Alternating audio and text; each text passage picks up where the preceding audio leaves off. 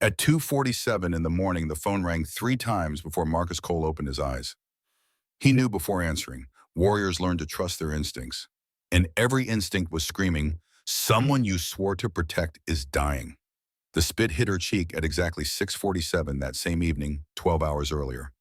But that is not where this story starts. It starts with blood on a hospital floor and a 14-year-old girl who refused to die quietly. Emma Chen, 14 years old, 3 broken ribs, fractured wrist, contusions across her back like someone had used her as a punching bag. The man who did it wore a badge. Richard Garrett, decorated police officer, veteran, respected, untouchable. The girl's stepfather. He claimed it was an accident, said she fell down the stairs, said she was clumsy, emotional, making things up. The doctors didn't believe him. But without proof, without someone willing to fight, she would go home to him in 24 hours. Back to the man who had been breaking her for 2 years. Marcus Cole, 62 years old. United States Marine Corps retired. Sergeant, Desert Storm veteran. Scar running down his left cheek, souvenir from Fallujah in '91. Shrapnel that should have killed him. He runs a motorcycle repair shop in Tucson, Arizona. Lives in the apartment above it, alone. On his wall, one photo, David Chen, Marine uniform, 24 years old. Forever 24. David died in Afghanistan 2009. Roadside bomb. Saved 6 men, including Reaper. David's last words blood soaking into sand. Promise me.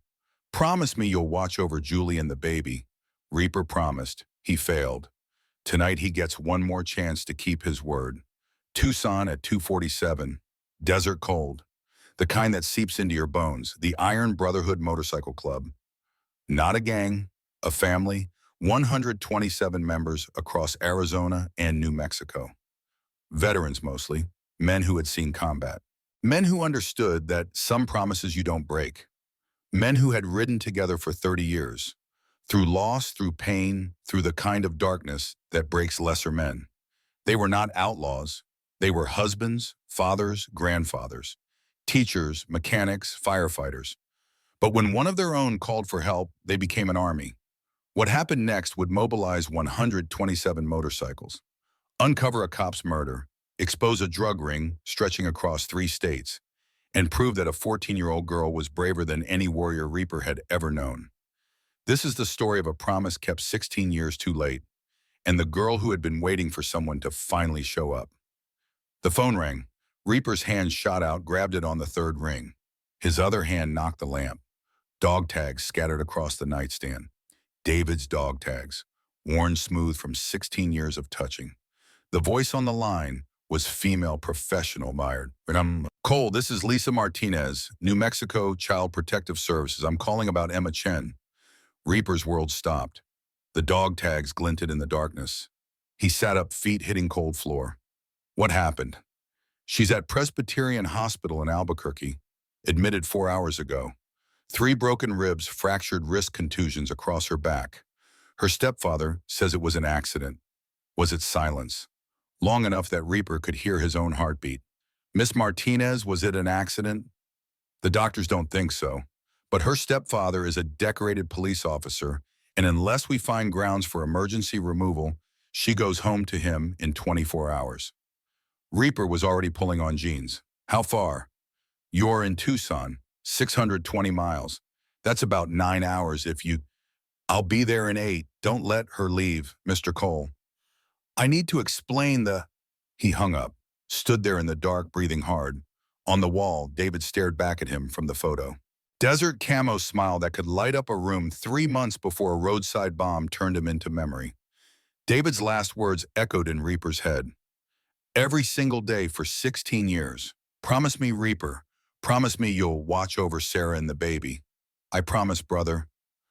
16 years. 16 years of telling himself the girl was fine, that Garrett had it handled, that Reaper was not needed anymore. I'm sorry, Jake. I'm coming now. He dialed tank. 4 rings.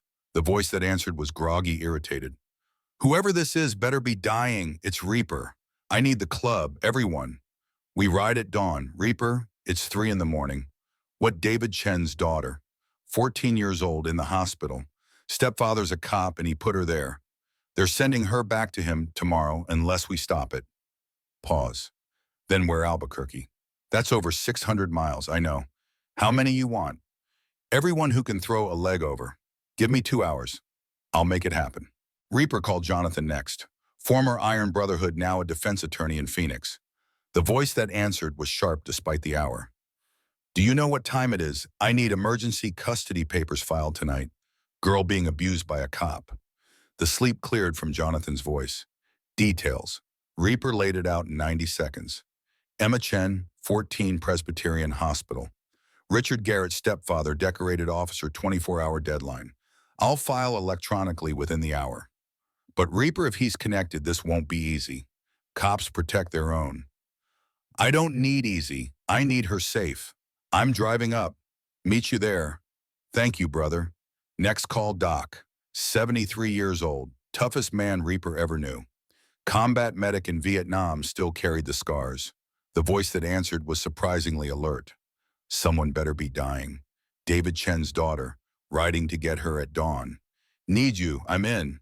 Who else, everyone? Tanks rounding them up. Saddle up, son.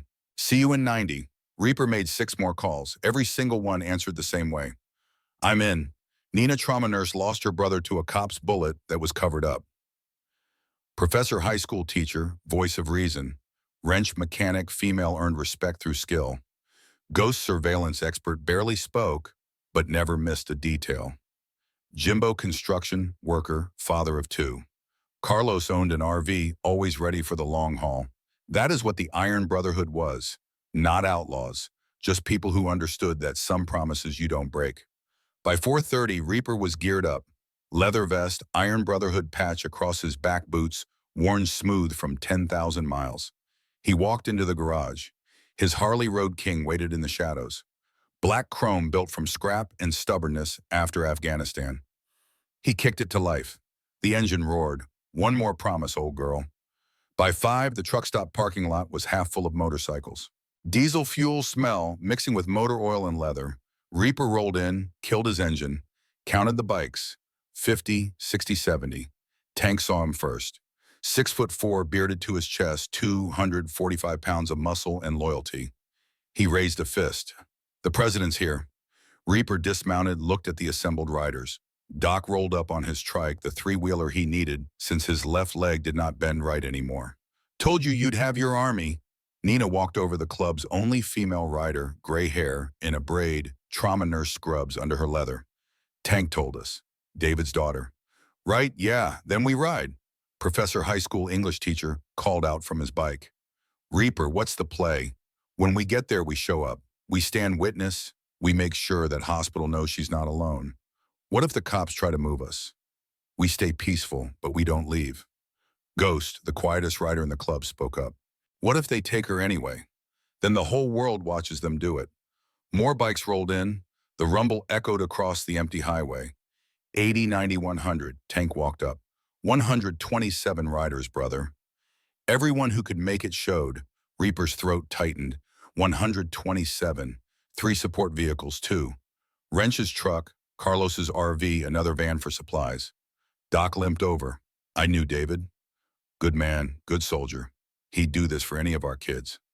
Reaper turned to face them all. Most of you never met David Chen. He died in 2009, saving 6 men, including me. Before he died, he made me promise to watch over his daughter. He paused, the words catching. I failed. I let some badge-wearing bastard convince me he had it covered. Now she's broken because I didn't keep my word. Silence. Absolute silence except for the wind. We're riding 620 miles to Albuquerque. We're not going in hot. We're standing witness. When we get there, that girl needs to see that someone showed up, that she's not alone, that someone gives a damn. Nina stepped forward. What if security stops us? Then we comply. But we don't leave the lot. What if Garrett's there with backup? Tank grinned, dangerous. Then we outnumber him, 127 to 1. Jimbo, construction, foreman, called out from the back. Reaper, what if this blows back on us? Cops see 127 bikers rolling up. They're going to think gang. Let them think it. We know who we are. Doc shook his head. Jim's got a point. We need to be smart about this. Tension rippled through the group. Tank crossed his arms. Doc, you saying we shouldn't go? I'm saying we go smart. No colors inside the hospital, no loud voices. We make ourselves look like concerned citizens, not a mob. Reaper nodded. Doc's right. When we arrive, we park clean, 2 straight lines, engines off. We walk in calm hands, visible, respectful. But we don't apologize for being there. Nina raised her hand. What about recording if Garrett tries something we need proof, someone documents? But quietly, no phones and faces. We're not there to provoke. Professor stepped forward. One more thing, Reaper. What's her name? Lily Morrison. 14. Brown hair, blue eyes. Reaper caught himself. Emma Chen. 14. Brown hair, blue eyes, like David's. Professor nodded. Then let's go to get Emma. Doc raised his coffee thermos. To promises kept. 127 voices. To promises kept. They mounted up. Reaper kicked his Harley to life, rolled to the front, looked back at his family. Steel wolves, we ride for Emma. The convoy pulled onto the highway. 127 engines, one mission. They rode hard. 2 columns, staggered formation, professional. Hour 1. Reaper's phone buzzed. Jonathan, emergency petition filed. Hearing tomorrow, 9 a.m. Judge Patricia Walsh. She's fair but tough. Garrett's already lawyered up. Union rep making calls. This is war. Reaper showed Tank. It's going to be a fight. Good. We brought an army. Hour 2 gas stop in Silver City.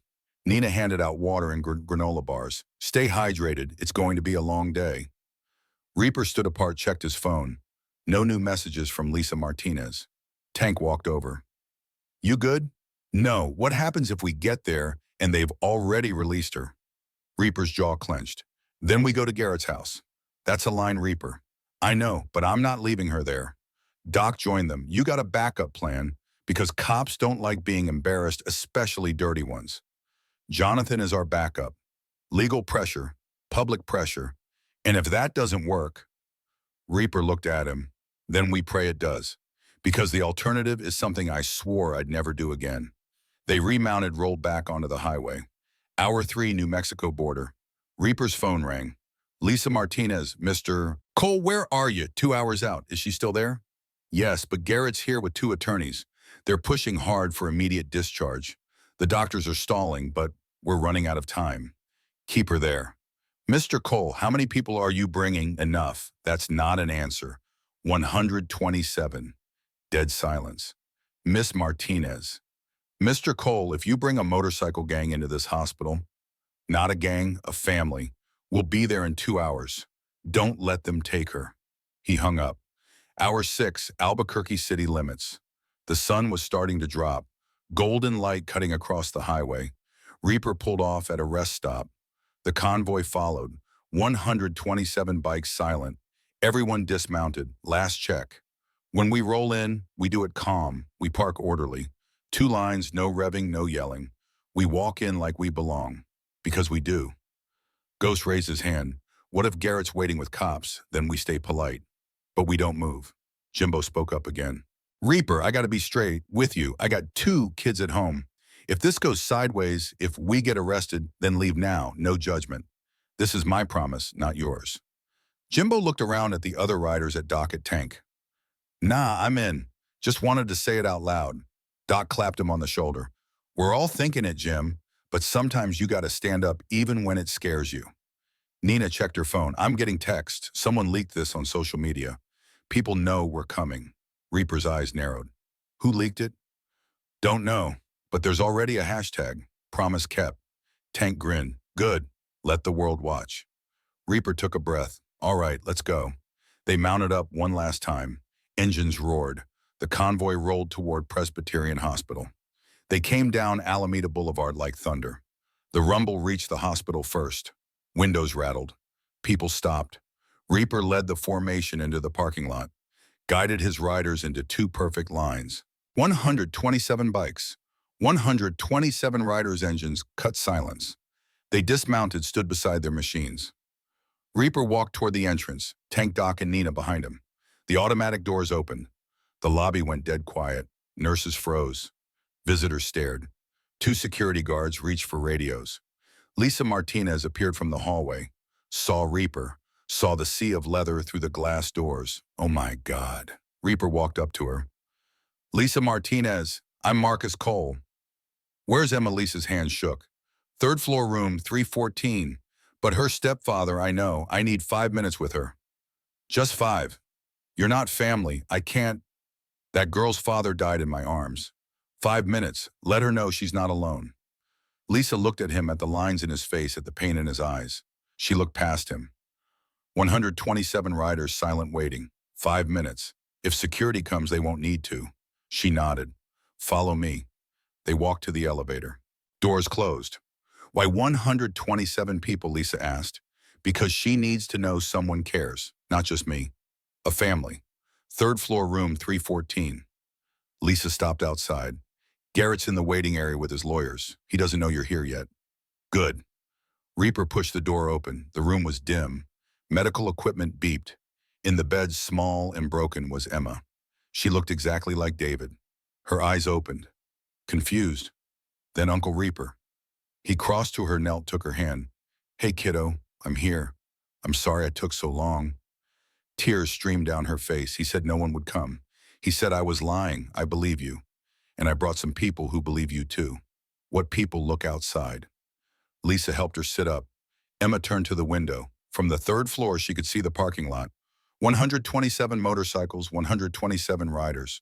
Her breath caught. Who are they? Your dad's family. My family. They rode 600 miles to stand with you. She sobbed. Reaper held her hand. Emma, I need you to tell me the truth. Did Richard Garrett do this? She nodded. Has he done it before? Your mom? What happened to her? Emma's voice went cold, flat. He killed her. The room froze. Lisa gasped. Reaper leaned closer. Are you sure? I saw it. They were fighting about money, about leaving. He pushed her down the stairs. Then he put her in the car and crashed it into the tree. Told everyone she was drunk. But she wasn't. She was trying to save me. Rage flooded Reaper's veins, cold-focused. But his voice stayed calm. Okay, you're never going back there. You hear me? Never. But he's a cop. And there are 127 witnesses outside. A lawyer filing papers right now. Everyone's about to know your story. Promise. On your father's grave. The door slammed open. A man in uniform stood there. 2 suits flanking him.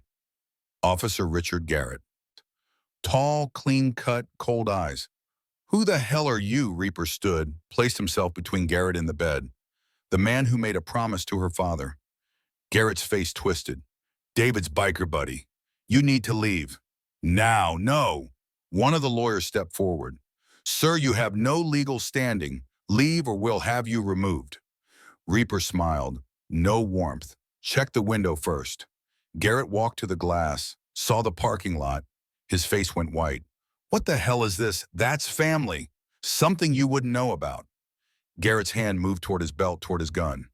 Don't, Reaper said. You pull that weapon in front of her with 127 witnesses watching, your career's over. Garrett's hand froze. Lisa stepped forward. Officer Garrett, I've filed a report with CPS. An emergency custody hearing is scheduled for tomorrow morning. On whose authority? Mine. Jonathan walked in. Suit, briefcase. Jonathan Pierce, counsel for Marcus Cole. Emergency petition filed. Judge Walsh hears it at 9 a.m. Garrett's face went purple. She's my daughter. Stepdaughter, Jonathan corrected. And the evidence says otherwise. Garrett pointed at Reaper. You brought a gang to intimidate. I brought witnesses. 127 people saying Emma Chen deserves better than you. Garrett lunged forward. Tank appeared in the doorway, stepped between them. That'd be a mistake, officer. Garrett's lawyer grabbed his arm. Richard, we're leaving. We'll handle this in court. Garrett stabbed a finger at Reaper. This isn't over. Reaper's voice was ice. You're right. It's just beginning. Garrett stormed out. Lawyers followed. The door closed. Emma was crying, but different now. Relief. Reaper knelt again. You're safe now. I'm scared. I know, but you're not alone anymore. Outside, the sun was setting. 127 riders stood in the parking lot, silent, waiting, guarding a girl they had never met. Because promises matter. Because family is not blood, it is loyalty. And Marcus Reaper Cole was not breaking another promise. Not ever again. Garrett's footsteps echoed down the hallway, fading, but the threat hung in the air like smoke. Reaper stayed at Emma's bedside, his hand still holding hers. "What happens now?" she whispered. "Now we make sure you're protected 24/7 until that hearing tomorrow." Lisa stepped closer. "Mr. Cole, hospital policy won't allow." "Then we stay outside in the parking lot all night if we have to." Jonathan set his briefcase on the visitor chair. "Reaper's right. Garrett knows he's losing control. That makes him dangerous. We need eyes on this room until the judge rules." Lisa looked torn. "I can request a security detail, but Garrett's a cop," Jonathan finished. "He has friends on the force. We can't trust that." Reaper stood. "How long before they discharge her?" Lisa checked her tablet. "Dr. Warren wants to keep her overnight for observation. The ribs need monitoring. But if Garrett pushes with his lawyers, they could override the medical recommendation. Then we make it impossible for him to push." Tank appeared in the doorway. "Reaper, we got a situation downstairs." Reaper squeezed Emma's hand. "I'll be right back, kiddo. Nina's going to stay with you. She's a nurse. You're safe." Nina moved to the bedside immediately, pulled up a chair. "Hey, sweetheart, I'm Nina. Let's check those bandages." "Okay." Emma nodded, still scared but less alone. Reaper followed Tank into the hallway. Doc was there too, and 3 hospital security guards. The head guard nameplate said Torres held up a hand. "Sir, I need you and your people to clear the parking lot. We've had complaints." "Complaints from who?" "That's not relevant. You're creating a disturbance." Reaper kept his voice level. "We're parked legally. Engines off, no noise." "What disturbance?" Torres shifted his weight. "Look, I don't want trouble, but if you don't move, I'll have to call the police." "Call them." Torres blinked. "Excuse me? Call the police. We're not breaking any laws. We're here to make sure that girl stays safe." One of the other guards, younger, nervous, spoke up. "Safe from what?" "From the cop who put her here." Torres' expression changed. "You're talking about Officer Garrett." "I'm talking about a man who beats children." The young guard looked at Torres. "Chief, if that's true, we don't know what's true," Torres said quickly, but doubt flickered in his eyes. "Look, I'm just doing my job. The hospital administrator wants you gone." Doc stepped forward. "Son, we rode 600 miles to stand with that girl. We're not leaving. If you want us gone, you'll have to arrest 127 people. And I promise you every camera out there will catch it." Torres looked past them. Through the window, the parking lot was visible. 127 riders, some sitting on their bikes, others standing in small groups, all of them waiting. His radio crackled. "Torres, what's the status?" He pressed the button, still assessing. "Sir, the situation is complicated. I want them gone in 10 minutes. Torres released the button and looked at Reaper. "I can't let you stay inside the building, but the parking lot is public property. If you stay peaceful, I won't push it." Reaper nodded. "We'll stay peaceful. And if Garrett comes back, then we stay between him and that room." Torres studied him for a long moment, then nodded. "All right, but if anything escalates, it won't. You have my word." The guards left. Tank exhaled. "That was close." "It's going to get closer," Doc said. "Garrett's not done. Guys like him don't back down." Reaper's phone buzzed. A text from an unknown number. "You made a big mistake. That girl is mine. Back off or this gets ugly." He showed it to Tank. "That from Garrett." "Has to be." Doc read it over Tank's shoulder. "He's threatening you. Let him. Reaper, this could go bad fast. It's already bad. Now we make it right." Jonathan joined them from the room. "I just got off with Judge Walsh's clerk. The hearing is confirmed for 9 a.m., but Garrett's lawyer filed a counterpetition. They're claiming you're a dangerous influence gang affiliation trying to paint the Iron Brotherhood as criminals. We're not criminals. I know. But optics matter. We need character witnesses, people who can testify to your relationship with David and Emma." Reaper thought fast. Carol and Bill, David's parents. They knew me. They trusted me with Emma. "Where are they, Phoenix? I haven't talked to them since Julie died. Call them tonight. We need them at that hearing." Reaper nodded, pulled out his phone, scrolled through old contacts, found Carol Chen. His finger hovered over the call button. What if they blamed him? What if they thought he should have protected Julie too?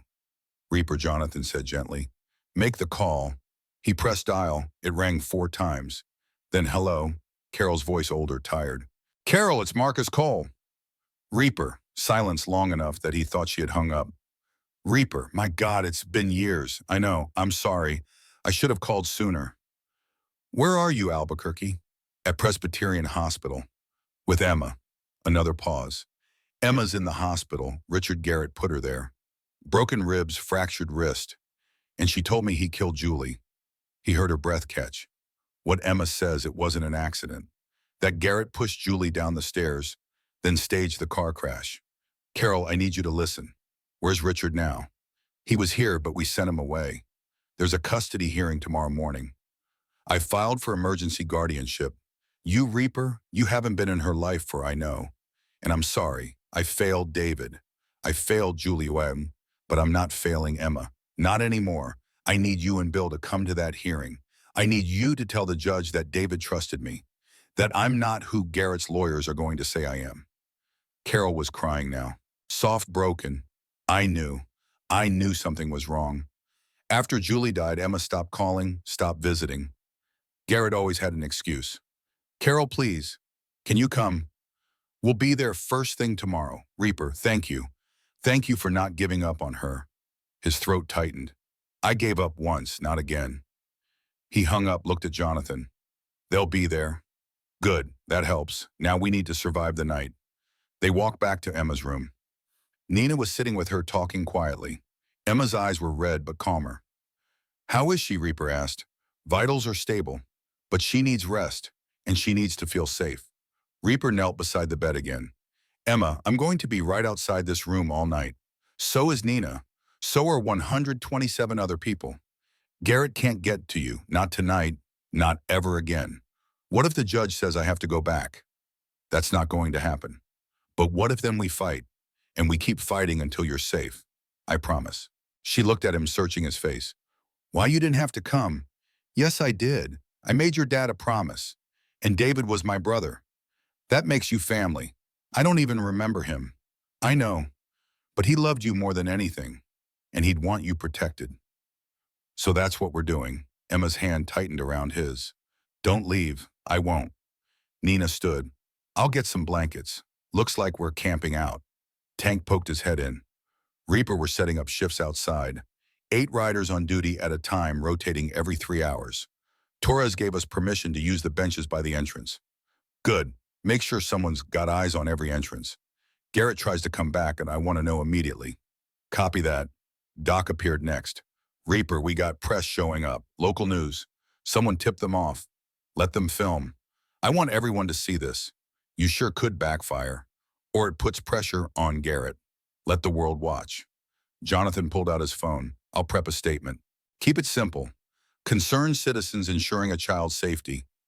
Nothing inflammatory. Reaper nodded. Turned back to Emma. You doing okay? I'm tired. Then sleep. We'll be right here. But she did not let go of his hand. Will you tell me about my dad? Reaper's chest ached. Yeah, I can do that. He pulled a chair closer, settled in. Your dad was the toughest guy I ever met. Not because he was big or mean, but because he never quit. Never left anyone behind.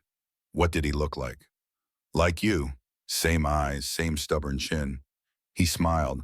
He used to say you got your mom's kindness in his hard head. Emma almost smiled. Almost. We were in Afghanistan together. Different units, but we crossed paths in Helmand province. Got pinned down by enemy fire one day. Your dad didn't have to help us, but he did. Ran straight into the firefight to pull 2 wounded soldiers out. That's who he was? How did he die? Reaper paused, choosing his words carefully. He saved 6 men, including me. ID went off. He pushed me out of the way. Took the blast himself. Did it hurt? No, sweetheart. It was fast. But before he went, he made me promise to watch over you and your mom. And I kept that promise for a while, but then I let you down. I walked away when I should have stayed. Why? Because I was stupid. I thought Garrett would take care of you. I thought you didn't need me anymore. Emma's eyes were heavy now, fighting sleep. Do you think my dad would be mad at you? Yeah, I think he'd be furious. But I also think he'd forgive me if I made it right. Is that what you're doing, making it right? That's what I'm trying to do. She closed her eyes. Okay. Within minutes, she was asleep. Reaper stayed in the chair, hands still in hers. Nina came back with blankets, draped one over Emma, handed one to Reaper. You should rest too, she said quietly. Can't. Not until she's safe. Reaper, you're no good to her exhausted. I'll rest when it's over. Nina sighed, pulled up another chair. Then I'll stay up with you. You don't have to. Yeah, I do. That's what family does. They sat in silence for a while. The hospital hummed around them, machines beeping footsteps in the hallway, distant voices. Around midnight, Tank texted. News van just pulled up. Channel 7. They want a statement. Reaper showed it to Jonathan. I'll handle it, Jonathan said. You stay with Emma. He left. Came back 20 minutes later. How'd it go, Reaper asked. Good. Kept it clean. Said we're here to ensure a child's safety during a custody dispute. Didn't mention Garrett by name, but the reporter connected the dots. It'll run on the morning news. Garrett's going to lose his mind. Good. Let him. The more he reacts, the worse he looks. Around 1, Emma stirred, woke up crying. Hey, hey, Reaper said softly. You're okay. You're safe. I had a dream about my mom. She was trying to tell me something, but I couldn't hear her. Nina moved closer. That's normal, honey. Your mind is processing a lot right now. I miss her. I know. Garrett said she left because she didn't love me anymore. But that's not true, is it? Reaper's voice went hard. No, that's a lie. Your mom loved you more than anything. Then why didn't she take me with her? Because she didn't leave Emma. Garrett killed her, and we're going to prove it. How, I don't know yet. But we will, I promise, she wiped her eyes. I'm scared to go to court tomorrow. I'll be right there with you. So will Carol and Bill, your grandparents. They're coming. Emma's eyes widened. My grandparents? I haven't seen them in 2 years. Garrett said they didn't want to see me. Another lie. They're coming first thing in the morning. Fresh tears, but different. Relief mixed with grief. Can I meet the people outside, the ones who came for me? Reaper looked at Nina. She nodded. Yeah, he said. When you're feeling stronger, they'd love to meet you. What are their names? There's Tank, big guy, big heart. Doc, he's the oldest, 73 and tougher than nails. Ghost who barely talks but would walk through fire for you. Professor who teaches English. Nana here, and 90 more just like them. Why did they come? Because when someone needs help, you show up. That's what family does. Emma lay back down. I wish my dad was here. Me too, kiddo. Me too. She drifted off again. Reaper's phone buzzed. Another text from the unknown number. Last warning. Drop this or people get hurt. He showed it to Tank, who just walked in with coffee. He's desperate, Tank said. That's good. Means he's losing. Or means he's about to do something stupid. Doc joined them, got word from Torres. Garrett tried to come back an hour ago, demanded access. Torres told him visiting hours were over. Garrett threatened to have him fired. Did Torres hold? Yeah. Said hospital policy is hospital policy even for cops. Garrett left, but he was pissed. He'll be back, probably with a warrant or something. Jonathan overheard. He can't get a warrant without cause, and a judge won't issue one in the middle of the night for a custody dispute. You sure about that? Doc asked. No, but it's unlikely. We just need to make it to 9 a.m. Then we're in front of Walsh. The night dragged on. Reaper dozed in the chair. Woke every time Emma moved.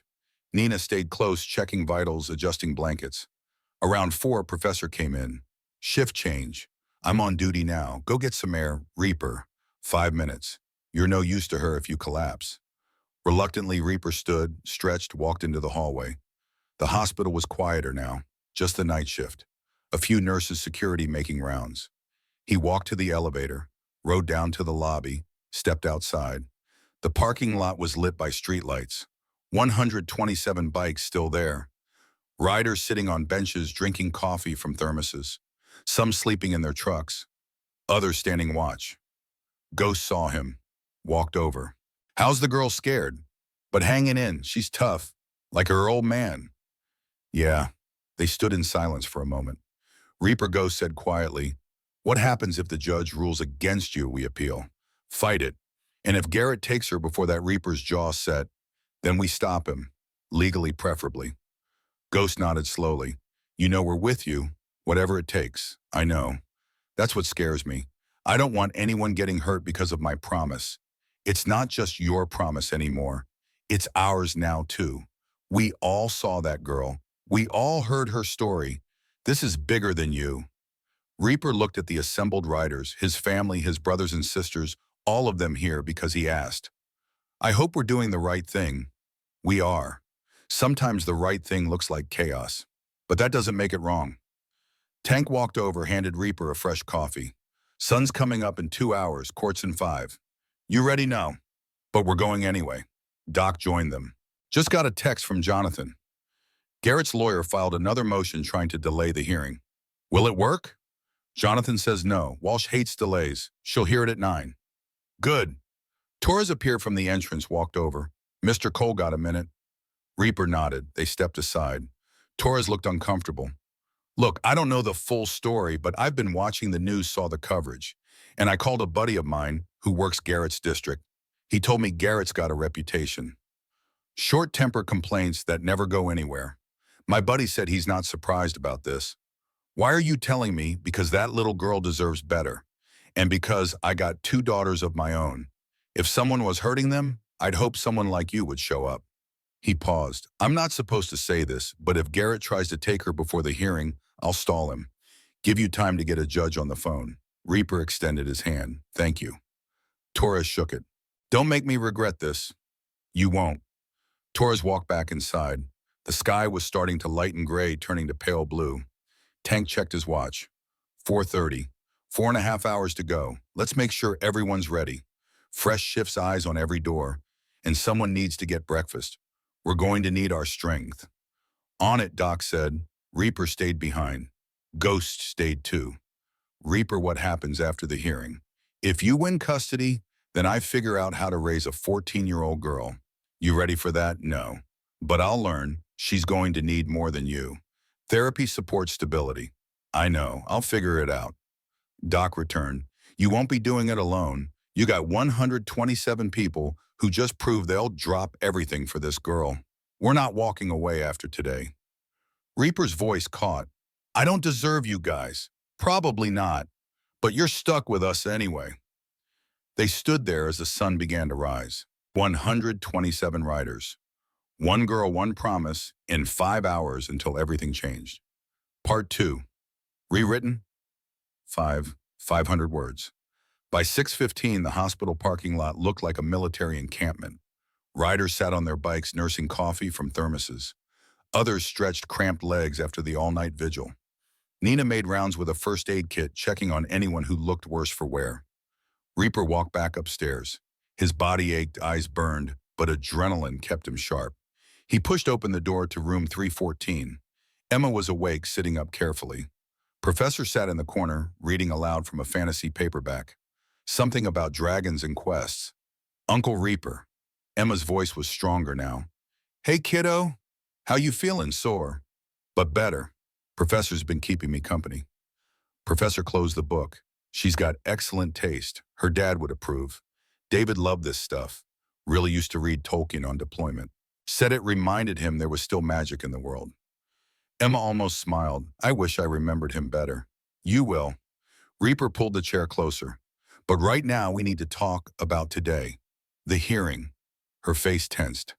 Do I have to see him? Garrett will be there, but so will I. So will Jonathan, your grandparents, and a courtroom full of people who believe you. What if the judge doesn't? Then we appeal. We keep fighting. Emma, I need you to be honest with the judge. Tell her everything. About what Garrett did. About your mom. Her hands twisted the blanket. What if I freeze, then Jonathan helps you through it? You just answer his questions. Take your time. It's okay to cry. It's okay to be scared. Just tell the truth. What happens if the judge says, I have to go back? Reaper's voice went hard. That's not happening. I don't care what any judge says. You're done with Garrett forever. How can you promise that? Because I have 127 people outside who won't let it happen. Because your grandparents are driving here right now. Because I'm not walking away again. Not ever. Tears rolled down her cheeks. I'm so tired of being scared. I know, sweetheart. But after today, things change. We win this hearing. You come home with me. We figure out the rest as we go. A knock on the door. Jonathan entered with Carol and Bill Chen. Carol saw Emma and rushed to the bed, wrapped her arms around her granddaughter as gently as she could. Both sobbing. I'm so sorry, baby. We should have known. We should have fought harder. He told me you didn't want to see me. That's a lie, sweetheart. We called every week. He blocked us from you. Bill approached, weathered face streaked with tears. He put a hand on Emma's head. Your dad would be so proud of you. I miss him, Grandpa. Me too. Every single day. Jonathan checked his watch. We need to leave in 40 minutes. Courthouse is 20 minutes away. We should arrive early. What about Emma? Nina asked. She's not officially discharged. Dr. Warren signed off an hour ago. Against medical advice, but she approved it. Jonathan pulled paperwork from his briefcase. I've got everything we need. Carol opened a bag. Emma, I brought clothes. Something of your mom's from when she was your age. I thought you might want to wear something of hers today. Emma's eyes welled. Really, really, sweetheart. Carol helped her into a simple blue dress. When Emma looked in the mirror, she saw her mother staring back. She's with you today, Carol whispered. She's with you every day. By 8, they were ready to move. Reaper led the core group downstairs. Tank, Doc, Nina, Professor Ghost. The lobby was packed with supporters now. Hospital staff, visitors who had followed the story, even a few off-duty cops who believed in justice over badges. Torres met them at the entrance. Media's outside. It's intense. Let them watch. They stepped outside. Cameras flashed. Reporters shouted questions. And there, across the parking lot, stood Richard Garrett. 20 cops in uniform behind him. Arms crossed, faces hard. Keep walking, Reaper said quietly. They moved forward. The Iron Brotherhood formed a protective circle around Emma. Tank up front. Doc and Ghost on flanks. Professor bringing up the rear. Garrett stepped forward. That's my daughter. Keep walking, Jonathan commanded. I said, that's my daughter. Reaper stopped, looked Garrett dead in the eye. She's not yours. She never was. You're kidnapping her. I'm protecting her. There's a difference. One of Garrett's cops, young and nervous, stepped forward. Sir, you need to return the child. Jonathan pulled out a document. Emergency custody order, signed by Judge Walsh's clerk at midnight. We have legal standing? You don't. The young cop read it, handed it back. Sir, they're clear. We can't stop them. The hell we can't. But an older cop, Sergeant Stripes, visible, spoke up. Dan, this isn't the place. Let the judge handle it. You're with me or against me, Carver. Carver's face hardened. I'm with the law, and right now, the law says they can move her. Back off. Garrett's hand moved toward his gun. Tank stepped between them instantly. Don't. 3 seconds of tension. Nobody moved. Then Garrett lowered his hand. You're done, Daniels. You and your gang. Done. We'll see. They loaded Emma into Jonathan's car. Carol and Bill climbed in the back with her. 40 Iron Brotherhood motorcycles formed an escort. The convoy rolled through Albuquerque's morning streets like a parade. People on sidewalks stopped to watch. Some raised fists in solidarity. Others held up signs. Justice for Emma. Believe survivors. Protect children. At the courthouse, the steps were packed. Reporters, supporters, curious onlookers, and more cops. So many cops. Jonathan parked in front. Reaper opened the door, helped Emma out carefully. I can't do this, Emma whispered. Yes, you can. There's too many people. They're here for you, to support you. You're not alone. Carol took her hand. Your mom was brave. You're her daughter. You can be brave too. Emma took a breath, nodded. They walked up the steps. The Iron Brotherhood formed 2 lines in honor guard, 40 riders standing at attention. As Emma passed between them, each rider saluted. Doc first, then Tank, then Ghost. One by one, every rider saluted. Emma looked up at Reaper. Why are they doing that? Because you're family, and family honors family. Inside, security was tripled. Metal detectors, bag searches, uniformed officers everywhere. They rode the elevator to the 3rd floor. Family Court Department 7. Judge Patricia Walsh presiding. The courtroom was already 3/4 full. Jonathan guided them to the plaintiff's table. Reaper sat beside Emma, Carol and Bill behind them. Across the aisle, Garrett sat with his legal team. 2 attorneys in expensive suits. The lead attorney, middle-aged with silver hair, leaned over. Mr. Cole, I'm Vincent Shaw. I represent Officer Garrett. This is nothing personal, just doing my job. Your job is defending a child abuser. Shaw's smile didn't waver. Alleged abuse. Let's let the judge decide. The bailiff stood. All rise. The Honorable Judge Patricia Walsh presiding. Everyone stood. Judge Walsh entered. 60 years old, sharp eyes, no-nonsense expression. She sat opened a folder. Be seated. Case number JV2254471. Emergency petition for guardianship. Marcus Cole versus Richard Garrett. Mr. Pierce, you're representing the petitioner. Jonathan stood. Yes, Your Honor. And Mr. Shaw for the respondent. Correct, Your Honor. Walsh looked at Emma. Her expression softened slightly. Young lady, what's your name? Emma's voice was barely audible. Emma Chen. How old are you? 14. Do you understand why you're here today? Yes, ma'am. Good. We're going to ask some questions. I want you to be honest. Can you do that? I'll try. That's all I ask. Walsh turned to the attorneys. Gentlemen, I've reviewed the emergency petition and the response. Mr. Pierce, you're alleging abuse, neglect, and endangerment. Serious accusations. They are your honor, and we have evidence to support them. I hope so. Mr. Shaw, your client maintains innocence and claims this is a custody grab by an uninvolved third party with gang affiliations. Shaw stood. That's correct, Your Honor. Mr. Cole hasn't been in Emma's life for years. He shows up with a motorcycle gang, intimidates hospital staff, and now claims guardianship. This is grandstanding. Jonathan responded immediately.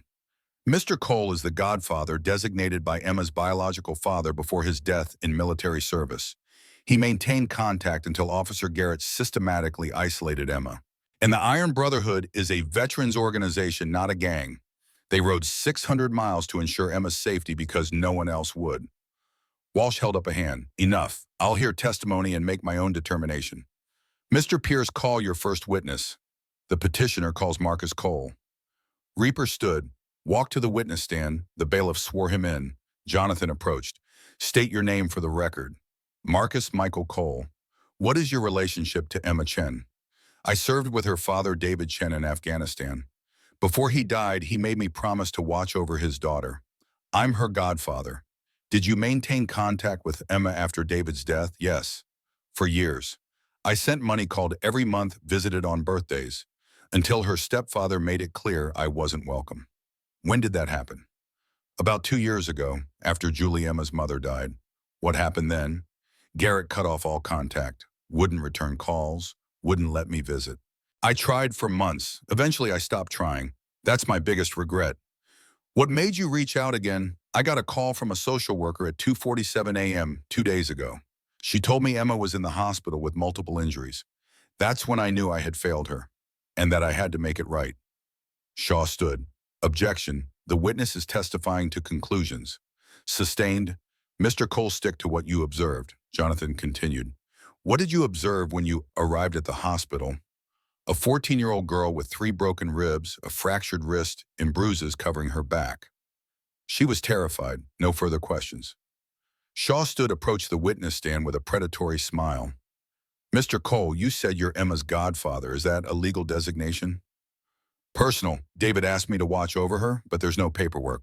So legally, you're just a friend of the family. I'm the man her father trusted. Her father who died 16 years ago. And in those 16 years, how many times did you actually see Emma? I don't know. 20, maybe 30 times. Less than twice a year. Shaw let that sink in. Mr. Cole, you're a member of a motorcycle club called the Iron Brotherhood. Correct? Yes. Do any members have criminal records? Reaper hesitated. Some minor things, traffic violations. And you thought bringing 127 people with criminal histories to a hospital was appropriate. They're good people. Mr. Cole, isn't it true that you haven't held a steady job in 3 years? Jonathan stood. Objection. Relevance. It goes to the petitioner's fitness as a guardian. I'll allow it. Answer the question, Mr. Cole. Reaper's face burned. I run my own garage. I rebuild cars. Do you have health insurance? Number savings about $3,000. $3,000. Shaw paused for effect. And you think you can provide for a teenage girl on a mechanic's income with no insurance and $3,000 in savings? I'll make it work. Will you? Shaw walked closer. When's Emma's birthday? Reaper froze. August. What day? He didn't know. Mr. Cole, I don't remember the exact date. August 15th. Her favorite color, blue. Purple. Her favorite food, silence. Chicken Alfredo. Shaw's voice was cold now. Mr. Cole, you don't know this girl. You knew her father. That's not the same thing. Reaper's voice was low. I know she's not safe with Garrett, based on what? Her word? She's a traumatized child who just lost her mother. Children act out. They blame their parents. They make up stories. She didn't make this up. How do you know you weren't there? You haven't been there for years. I know because I've seen her bruises. I've heard her fear. And I trust her. Shaw smiled. Trust is nice, but this court deals in facts, not feelings. No further questions. Reaper stepped down. His hands were shaking. Emma looked at him. It's okay, I don't remember my birthday either sometimes. He almost laughed, almost cried. Jonathan stood. The petitioner calls Emma Chen. Emma's face went white. She stood slowly, legs shaking. Carol squeezed her hand before letting go. You can do this, sweetheart. Emma walked to the witness stand. The bailiff held out a Bible. Her hand trembled as she placed it on top. Do you swear to tell the truth, the whole truth, and nothing but the truth? I do. Judge Walsh leaned forward. Emma, I know this is scary, but I need to hear from you. Take your time. If you need a break, just say so. Okay? Jonathan approached gently. Emma, can you tell the court your full name? Emma Ann Chen. How old are you? 14. I'll be 15 in August. Do you know why you're here today? Because I told them what he did to me. Who is he? Richard Garrett, my stepfather. Can you tell the judge what happened 2 nights ago? Emma's hands twisted in her lap. He came home late. He was angry. He'd been drinking. How did you know he was drinking? I could smell it. And he gets mean when he drinks. What happened next? He asked where dinner was. I told him I'd made spaghetti, but it was cold because he was 3 hours late. He said I was disrespectful, that I talked back too much. Did he say anything else? He said I was just like my mother, that she was ungrateful too. That's when I told him to stop talking about her. And what did he do? Emma's voice dropped. He grabbed my arm, twisted it behind my back, said I needed to learn respect. I tried to pull away and he shoved me. I fell into the table. That's when I heard the crack. The crack. My ribs. 3 of them broke when I hit the table. Jonathan paused. What happened after you fell? I couldn't breathe. It hurt so bad. I was crying. He stood over me and said if I told anyone, he'd say I fell down the stairs, that no one would believe me. Did he help you? No. He left, went to his room. I laid there for 2 hours before I could move. Then I called 911. You called yourself? Yes. Why didn't Richard call? Because he didn't care if I died. The courtroom was silent. Emma, has Richard Garrett hurt you before? Yes. How many times? I don't know. A lot. Since my mom died. Can you describe some of those times? Emma took a shaky breath. He slapped me once for getting a B on a test. He locked me in my room for a whole day because I asked to see my grandparents. He broke my phone when he found out I tried to call Uncle Reaper. Her voice cracked. He told me every day that I was worthless, that my mom left because of me, that I ruined his life. Jonathan let that hang. Emma, you told Mr. Cole something about your mother. Can you tell the judge? Shaw shot to his feet. Objection. This is beyond the scope. Julie Chen's death was investigated and closed. Judge Walsh held up a hand. I'll allow it. But Emma, I need you to understand. What you say here is under oath. Do you understand what that means? Yes, ma'am. It means I can't lie. That's right. So I need you to tell me exactly what you saw. Not what you think happened, what you actually saw with your own eyes. Emma nodded. The night my mom died, they were fighting, screaming. I was upstairs, but I could hear everything. What were they fighting about? Money. Mom found bank statements, accounts she didn't know about. She said he was hiding money. He said it was none of her business. She said she was taking me and leaving. What happened then? He told her she wasn't going anywhere. She tried to walk away. He grabbed her. She pulled free. And he pushed her down the stairs. Gasps rippled through the courtroom. Did you see this happen? I opened my door. I saw her fall. I saw him standing at the top. What did you do? I ran down. She wasn't moving. Blood was coming from her head. I screamed for him to call 911. Did he? No. He checked her pulse. Then he looked at me and said, she's drunk. Fell down the stairs. That's what happened. You understand? What did you say? I said we needed an ambulance. He said no. He picked her up and carried her to the garage, put her in the car, started the engine. I tried to stop him, but he locked me in the house. How long was he gone? I don't know, maybe an hour. When he came back, he was crying, said there'd been an accident, that mom crashed into a tree, that she was gone. Did you tell anyone what you saw? I tried. I told the police who came. But Richard was there. He kept saying I was confused, traumatized, that I didn't know what I was saying. They believed him. Why didn't you tell your grandparents? He wouldn't let me talk to them. He said if I told anyone what really happened, he'd make sure I ended up in foster care. That no one would believe me because he was a cop. Jonathan let the silence build. Then Emma. There's something else, isn't there? Emma looked at Reaper. He nodded encouragement. She reached into her pocket, pulled out a phone. Old cracked screen held together with tape. What is that? My mom's phone. The one he thought he destroyed. How did you get it? I found it 3 days after the funeral. Hidden in her toolbox in the garage. What's on it? Emma's voice steadied. Audio recordings, 47 of them. The courtroom erupted. Walsh banged her gavel. Order. Emma continued. I was 12 years old. No one believed me about the stairs, so I started recording. Every time he hurt me, every time he threatened me, every phone call I could catch. I hid the phone in different places. Air vents, behind books, under my mattress. I was careful. A 12-year-old did this, a 12-year-old who had no one else to believe her. She looked at Garrett. I watched crime shows with my mom. I knew I needed evidence, so I collected it for 2 years, waiting for someone brave enough to use it. Jonathan took the phone. Your Honor, I'd like to enter this into evidence. Objection, Shaw was on his feet. Chain of custody is compromised. We have no way to verify the phone has timestamps, date stamps, and metadata. Jonathan interrupted. We can verify everything. And Your Honor, I'd like to play File 001, the first recording Emma ever made, the night her mother died. Walsh considered. I'll allow it. Jonathan connected the phone to the courtroom's audio system. Static crackled through speakers, then voices. Julie's voice, distant but clear. Scared Richard. I've found the accounts. I know what you've been doing. Garrett's voice angry. You don't know anything. Julie, $800,000. Where did that money come from? Garrett, that's my money, my work. Julie, you're a cop. Cops don't make that kind of realization dawning. Oh God, you're stealing it. Garrett, I'm taking what I'm owed. You know how much shit I deal with, Julie. I'm taking Emma. We're leaving. Garrett, you're not going anywhere. Sound of struggle. Julie screaming. Emma, lock your door. Footsteps on stairs. A terrible thud. Body falling. Silence. Garrett breathing hard. Stupid bitch. Why couldn't you just leave it alone? 12-year-old Emma's voice tiny and terrified from upstairs. Mom, the audio ended. The courtroom was absolutely silent. Several jurors had tears streaming down their faces. Dr. Warren, sitting in the gallery, was openly sobbing. Garrett was on his feet. That's not, she edited it. Sit down, Walsh commanded.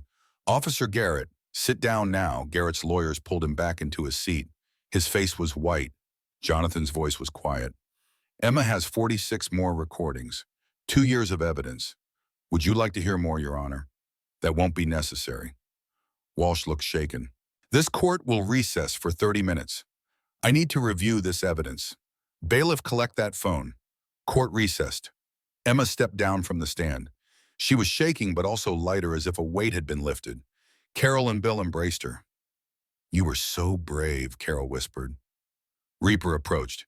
You just testified better than any cop I've ever seen. I learned from the best. She touched the dog tag still around her neck. Dad taught me Marines don't give up. So I didn't.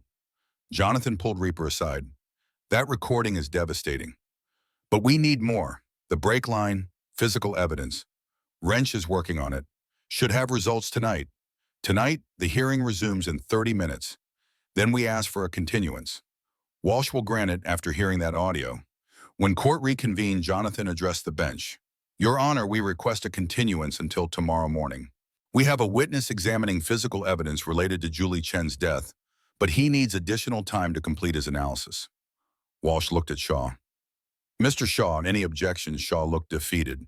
No, Your Honor. Given the audio we just heard, we'd appreciate time to consult with our client as well. Very well. This hearing will resume tomorrow at 9 a.m. She looked at Garrett. Officer Garrett, you are not to leave Bernalillo County. You will surrender your passport to the bailiff. And Officer Garrett, if you attempt to contact Emma Chen or any member of this court, I will have you arrested. Am I clear? Garrett's voice was hoarse. Yes, Your Honor. Mr. Cole Emma will remain in your custody overnight. See that she's protected. Yes, Your Honor. Court is adjourned. As they filed out, Garrett approached Reaper's table, leaned in close. This isn't over, he hissed. Reaper met his eyes. Yes, it is. That night, the Iron Brotherhood secured Emma at a safe house 20 miles outside Albuquerque, off the books owned by a retired Army colonel who owed Tank a favor.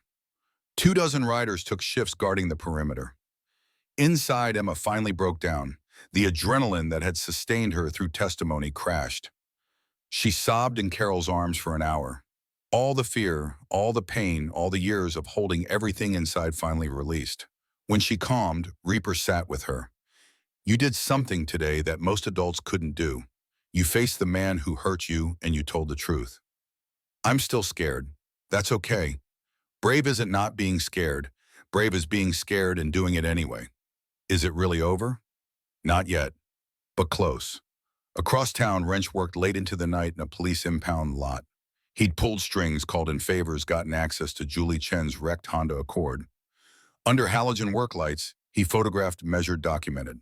The brake line told its story. A clean cut, too precise to be accidental. Corrosion patterns indicating it was done hours before the crash.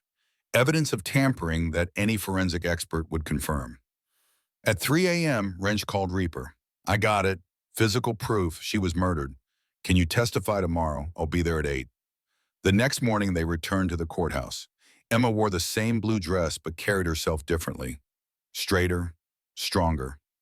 Court reconvened at 9. Judge Walsh took her seat. Mr. Pierce, I understand you have an additional witness. Yes, Your Honor. The petitioner calls Enrique Vasquez. Wrench took the stand, gave his credentials. 22 years as a certified mechanic specialized in accident reconstruction. Mr. Vasquez, were you asked to examine a vehicle related to this case? Yes. Julie Chen's 2013 Honda Accord. What did you find? The brake line had been deliberately cut, partially severed with a sharp blade. Not a tear, not wear and tear, deliberate sabotage. The courtroom erupted again. Walsh gavelled for order.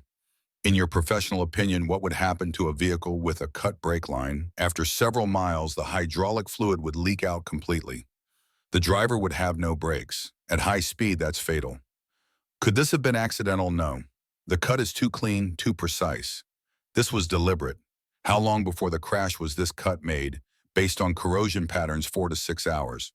So whoever cut that line knew Julie would be driving that evening. Shaw tried to cross-examine, but his heart wasn't in it. Can you determine who cut the line? No. But the physical evidence is clear. This was murder. Judge Walsh sat back, visibly disturbed. This is now a homicide investigation. Mr. Shaw, I'm giving you one last chance to advise your client. Shaw consulted with Garrett, who shook his head violently. Your Honor, my client maintains his innocence. Very well. Walsh looked at the courtroom. Given the evidence presented, both testimonial and physical, I'm making my ruling. Officer Garrett, stand. Garrett stood face pale. I don't know if you killed your wife. That determination belongs to criminal court. But I know this Emma Chen is not safe in your custody. The audio recording alone is damning. Add the physical evidence, the testimony, the pattern of abuse, and I have no choice. Effective immediately, I'm granting temporary emergency custody to Marcus Cole. Officer Garrett, you are prohibited from any contact with Emma, except supervised visitation if ever. A full custody hearing will be scheduled in 30 days, but frankly, I don't see that changing my decision. The gavel came down. Emma burst into tears, relief, joy, disbelief all at once. Reaper held her as she sobbed. Garrett stood frozen. Then something inside him snapped, his face twisted with rage. He lunged toward the plaintiff's table. Tank and 3 other riders intercepted him instantly. Don't, Tank said quietly. Deputies grabbed Garrett's arms. As they dragged him toward the exit, he locked eyes with Emma. This isn't over. You think you won? I'll make sure you regret this. Then he was gone. Outside the courthouse, press swarmed them. Jonathan made a brief statement while Reaper shielded Emma. Today, justice was served. Emma Chen is safe. That's all that matters. They loaded into vehicles. As the convoy prepared to leave, Ghost approached Reaper urgently. Boss, we got a problem. Garrett didn't go with the deputies. He broke away. He's running. Where, don't know, but Torres just called. Said Garrett withdrew $50,000 from his bank 2 hours ago. Multiple accounts. Reaper's stomach dropped. He's fleeing or planning something worse. We need to move Emma. Now. They formed a protective convoy. 40 bikes, 3 vehicles, all heading north to the safe house. But Reaper's instincts screamed danger. Garrett had nothing left to lose. And desperate men do desperate things. His phone buzzed. Unknown number, he answered. You think you won? Daniels Garrett's voice raw with fury. You think some judge and your biker friends can protect her forever? It's over, Garrett. Turn yourself in. It's not over until I say it's over. And I'm saying the girl dies. Tonight, you hear me? She dies, all my problems disappear. The line went dead. Reaper looked at Emma in the vehicle ahead, laughing with her grandparents, finally free. But freedom was fragile. And somewhere out there, Richard Garrett was planning one final move. The chase wasn't over. It was just beginning. Part 3, rewritten, 1,500 words. The convoy moved fast through mountain switchbacks. 40 motorcycles, 3 vehicles racing north as sunset bled the sky orange. Emma rode with Carol and Bill in Jonathan's sedan, laughing at something her grandmother said. Unaware that somewhere behind them, Richard Garrett had nothing left to lose. Reaper led the formation, mind calculating distances and odds. The safe house was 70 miles north, a fortified compound in Gila wilderness built by paranoid veterans who understood that sometimes the system fails you. Concrete walls, ballistic windows, supplies for a month-long siege. It was as close to impregnable as civilians could build. Tank pulled alongside on his bike. How long until we're secure? Hour, maybe 90 minutes with this terrain. And if Garrett catches us before then we make a stand on the highway. Reaper's jaw tightened.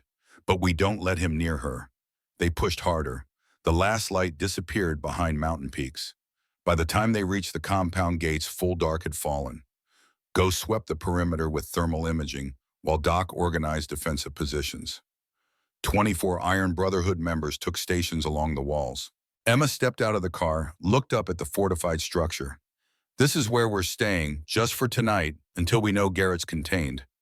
Reaper guided her inside. There's a safe room, reinforced. If anything happens.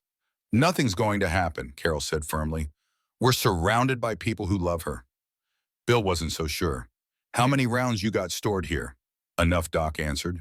And enough men who know how to use them. We've trained for this scenario.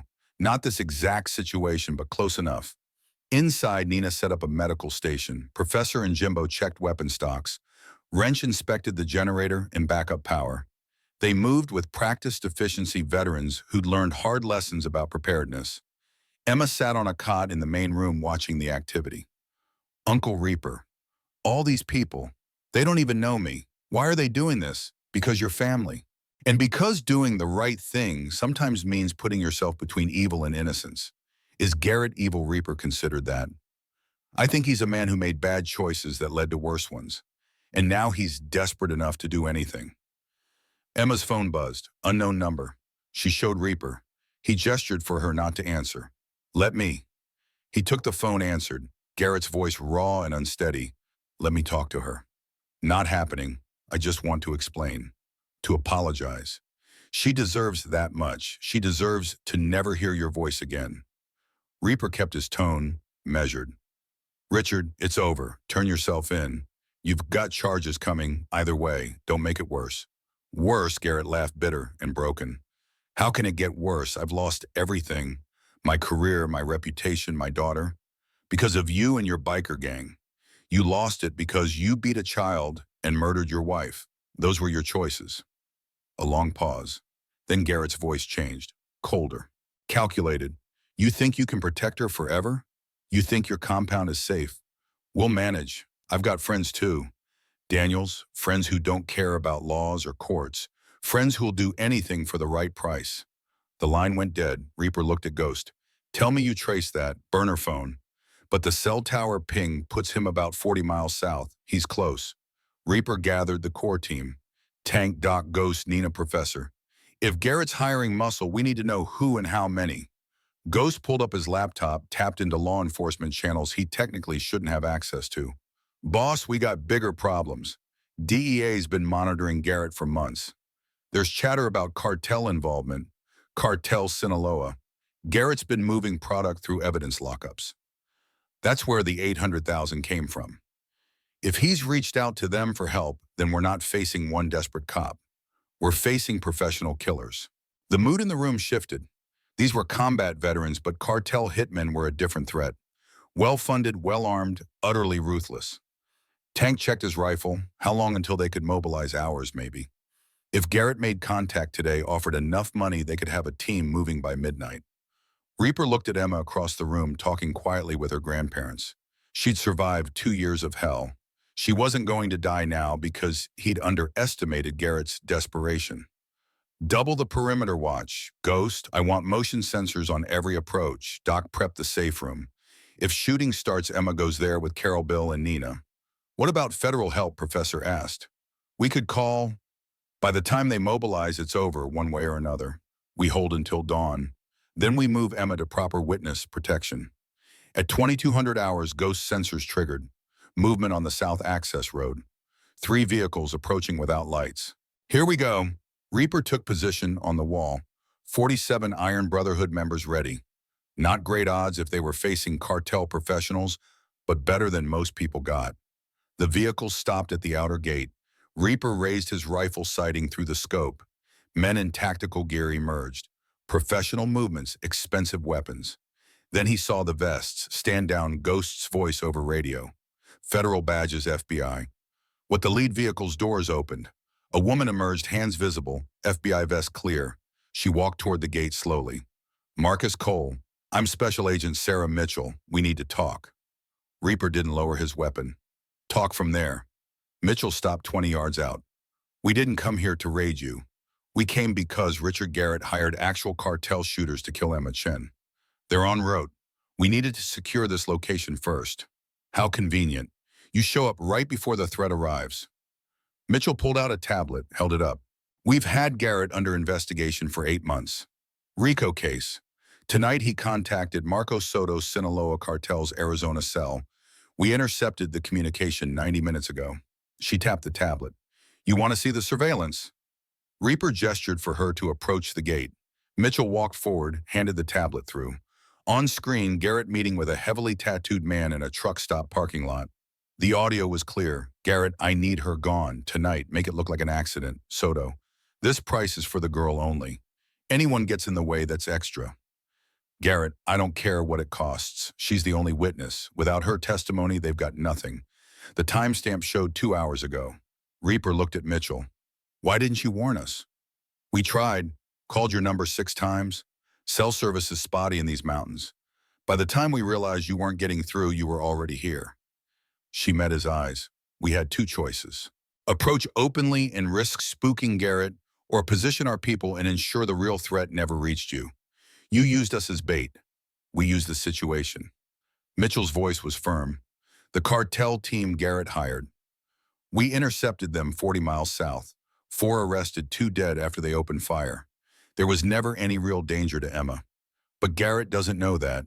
He thinks his hitmen are still coming. And right now he's driving to meet them with 200,000 in cotton. Tank joined Reaper at the gate. You're telling us this is all theater? It's an operation. Mitchell looked past them at the compound. We have agents on every ridge, helicopters on standby. Garrett's meeting his supposed hitman at a rest stop on Highway 60 in 30 minutes. When he hands over the money, we arrest him. Conspiracy to commit murder, attempted murder, for hire, RICO violations. He's done. And what do you need from us? Stay here. Stay safe. Let us do our jobs. Mitchell's expression softened slightly. Mr. Cole, I know you don't trust the system. Given what Emma's been through, I don't blame you. But we're the good guys. We've been building this case for months. Tonight it all comes together. Reaper studied her. Everything in his training said maintain defensive positions. But Emma needed this to end. She couldn't spend her life running. What happens to Emma after Garrett's arrested? She testifies at trial. Then she lives her life, with you from what I understand. Mitchell glanced at the compound. Judge Walsh's ruling stands. You've got custody, Emma's safe. Reaper made a decision. Tanks stand down, let them in. Boss, you sure know, but I'm trusting my gut. He opened the gate. Mitchell entered with 12 federal agents. They moved professionally, securing positions, setting up communications equipment. Within minutes, they had a command post established. One of Mitchell's agents approached. Ma'am, Garrett's vehicle just passed checkpoint Delta. He's 20 minutes from the exchange point. Good. All units maintain position. We move when he's committed. Reaper found Emma in the safe room. She looked up frightened. What's happening? The FBI's here.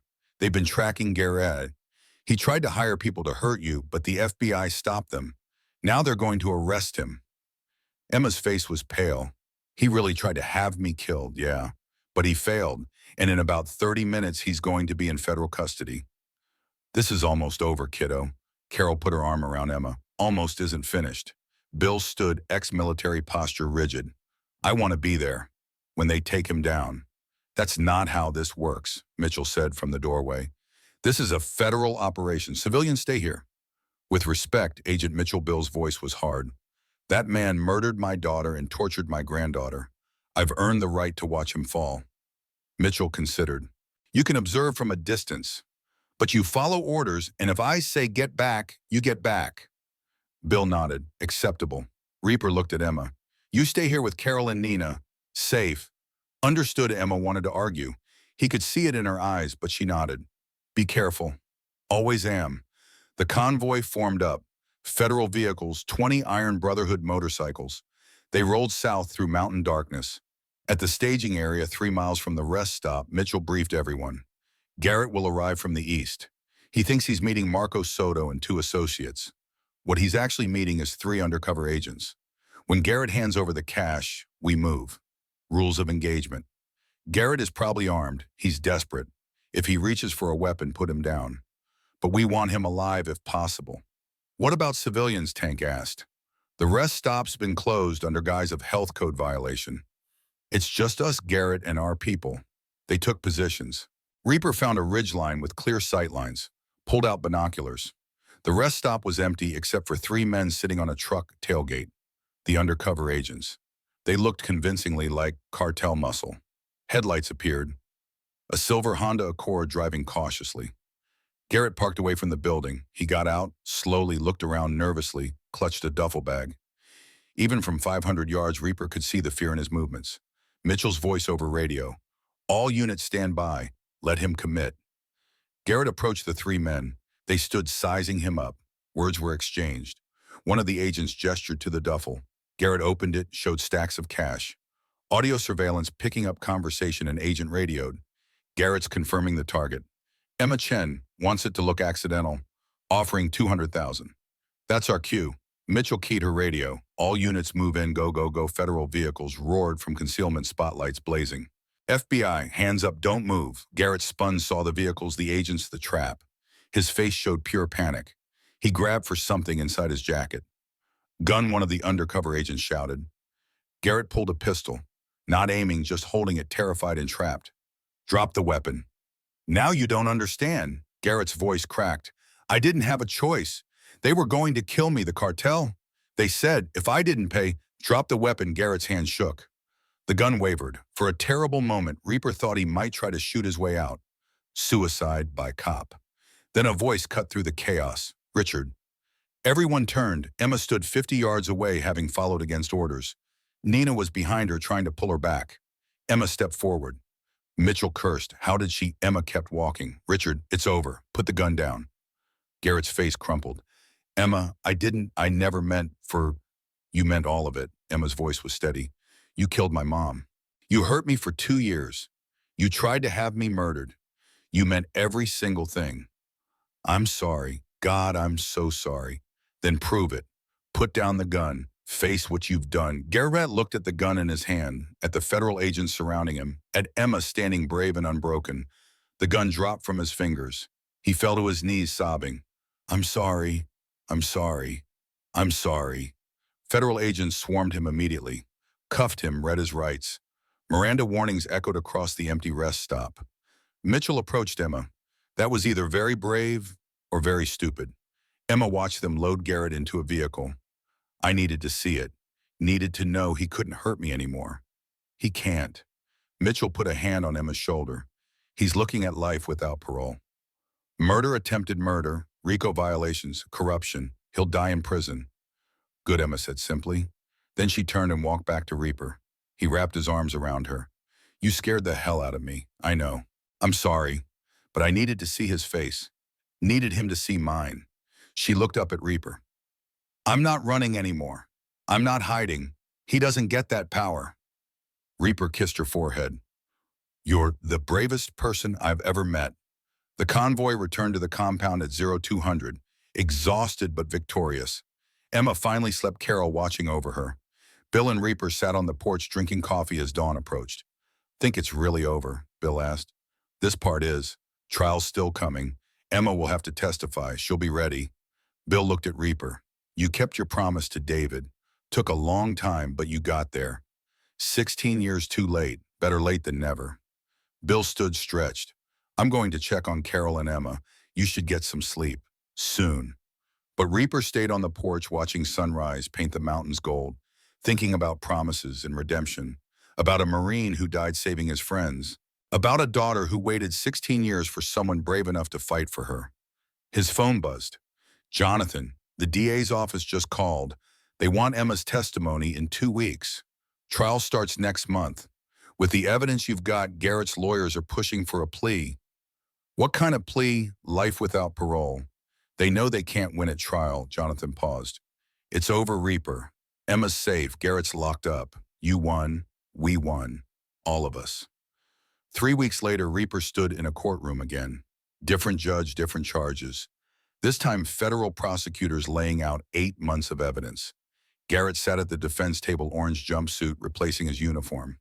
Broken. Emma took the stand. This time, no one questioned her credibility.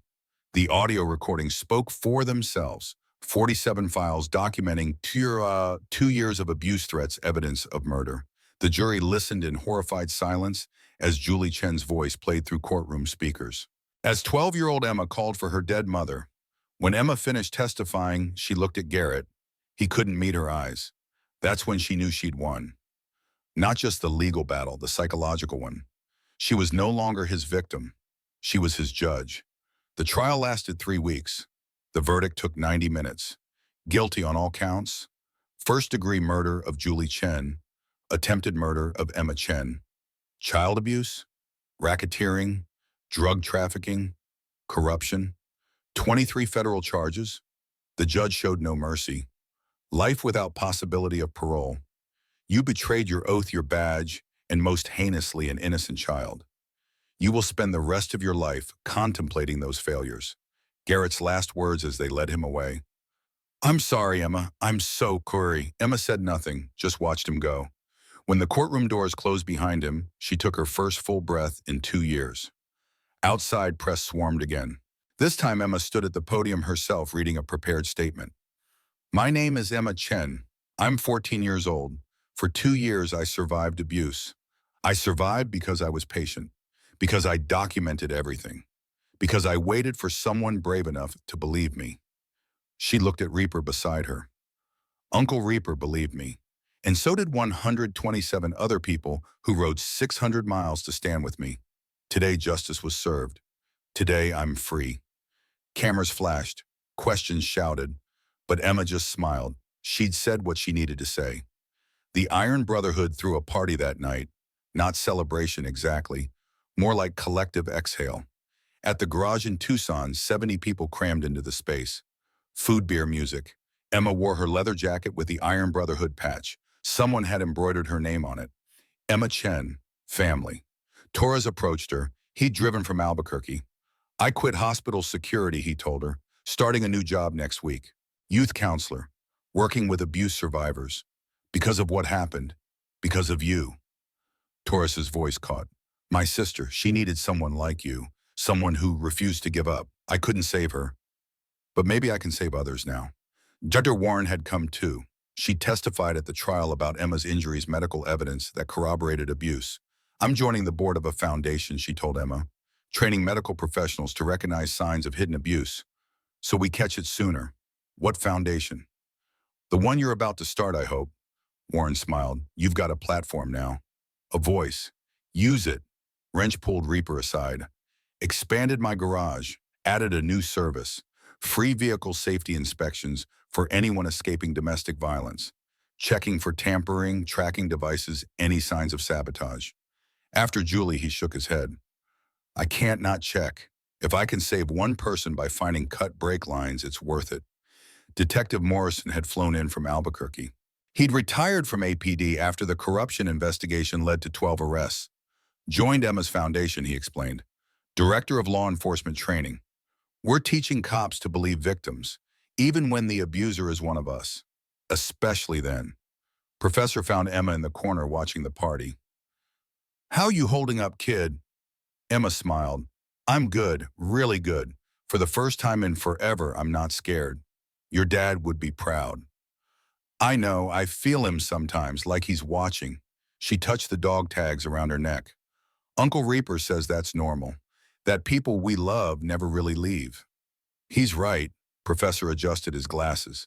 You know what you're going to do now? Go to school. Be a normal teenager. She laughed. Or as normal as I can be after all this. You're going to change the world, Emma Chen. I've been teaching 30 years. I've seen maybe 5 kids with your courage. You're going to make a difference. 5 years passed. Emma graduated high school with honors. Got accepted to University of Arizona on full scholarship pre-law. Started a foundation called Complete the Mission, helping abuse survivors document evidence and escape safely. The Iron Brotherhood's annual memorial ride grew from 127 riders to over 2,000, a tribute to promises kept and families found. They rode every year on the anniversary of David Chen's death. Not mourning anymore. Celebrating the legacy he'd left behind. On a Saturday in August, Emma Chen stood at a podium overlooking a sea of motorcycles. 19 now confident whole. She wore David's dog tags and Julie's blue dress carefully preserved. 5 years ago, I thought nobody would come. Her voice carried across 500 people. I was wrong. 127 people I'd never met rode 600 miles because one man kept a promise. In the crowd, Reaper watched. 67 now completely gray, but still riding. Tank beside him. Doc at his other side. Nina talking with Carol and Bill. Ghost working security. Professor signing books he'd written about the case. The family that had saved Emma and been saved by her in return. This foundation helps children in situations like mine.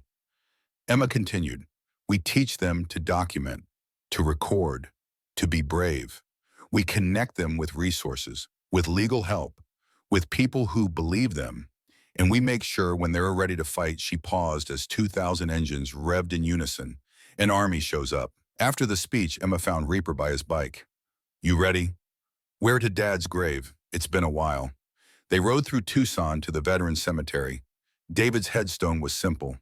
Sergeant David Chen, U.S. Marine Corps, complete the mission. Emma placed flowers. Hey, Dad, mission accomplished. Your daughter's safe. Your brother kept his promise. Took him 16 years, but he got there. Reaper knelt beside her. Sorry it took so long, brother. But she turned out amazing. You'd be proud. They stood in comfortable silence. Then Emma grinned. Race you home? You're on. 2 motorcycles roared from the cemetery. Emma on her custom Harley, now built to her specifications. Reaper followed, no longer terrified every time she took a risk. She was strong. She was safe. She was loved. At the garage, a cookout was already underway. Tank manning the grill, Nina bringing potato salad, Professor arguing good-naturedly with Bill about military history, Carol teaching young riders how to properly clean leather, 80 people crammed into the space, talking, laughing, living. Emma stood in the doorway taking it in. Reaper approached. You okay? Better than I ever imagined possible. She smiled. You know what the best part is? What I'm not scared anymore. For the first time since I was 12, I wake up without fear. That's what freedom feels like. Yeah, that's exactly what it is. Hey, Uncle Reaper. Yeah, thank you. For not giving up on me. For keeping your promise. For showing me what family really means. Thank you for waiting, for being brave enough to survive, for giving me a chance to get it right. Emma hugged him. then went to join the party, laughing with Tank about motorcycle maintenance, listening to Doc's exaggerated war stories, helping Nina prep food, being part of something bigger than herself. The sun set over Tucson, painting the desert in shades of gold and crimson. Inside the garage, family gathered. Not blood relatives, but something deeper. The kind of family forged in crisis and tempered in loyalty. The kind that shows up at 2:47 in the morning. The kind that rides 600 miles on faith alone. Some stories don't end. They ripple outward, touching lives in unexpected ways. They multiply, becoming the kind of truth that changes how people see the world. This is one of those stories. A story about a promise kept 16 years too late. About 127 strangers who became family. About a girl who refused to give up. And about the love between a Marine and his brother that survived death itself. Some debts can only be paid in blood, but some promises can heal even the deepest wounds. This is that story. And 5 years later, in a garage in Tucson on a Saturday evening in August, Emma Chen laughed with her family and knew with absolute certainty that she was home. 16 years ago, David Chen died asking Marcus Cole to watch over his daughter. 14 years later, Marcus Cole finally heard that call. 2 years after that, he kept the promise. It took too long, it cost too much. But in the end, the promise was kept. And that made all the difference.